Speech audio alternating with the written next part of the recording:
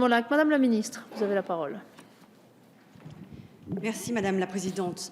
J'ai eu l'occasion de dire, lorsque j'ai fait mon discours introductif et plusieurs fois hier au cours de nos débats, que la question des pratiques amateurs concerne 12 millions de nos concitoyens dans toutes les tranches d'âge, dans tous les territoires et dans toutes les catégories sociales. Donc effectivement, oui, je pense que c'était quelque chose d'extrêmement important que de reconnaître ces pratiques amateurs.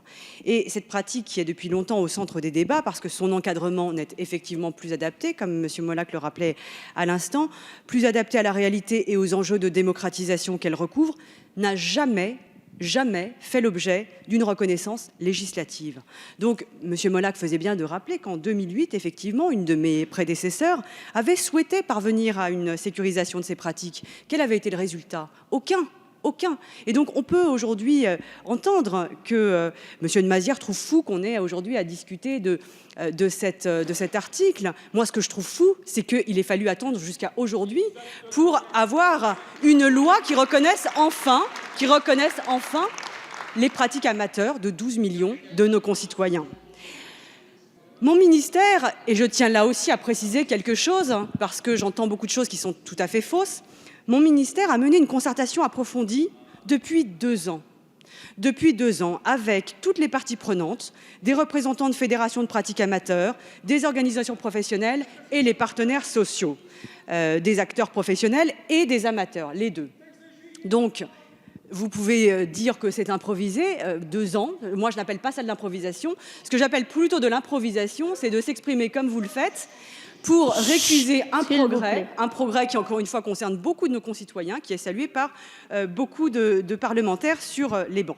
Donc cette concertation, nous l'avons menée, et c'est la raison pour laquelle nous avons pu introduire ces dispositions, dans le respect, bien sûr, le plus total des professionnels et de la présomption de salariat à laquelle je suis, avec l'ensemble de mon ministère, extrêmement attachée. Et je crois que nous sommes parvenus à un équilibre. Mais j'ai entendu un certain nombre de craintes s'exprimer encore, et dans la discussion que nous allons avoir sur les amendements, j'y serai extrêmement attentive. Je serai ainsi favorable aux amendements de messieurs Molac et Leroc, qui traduisent encore une inquiétude des fédérations d'amateurs, et je veux lever toute ambiguïté.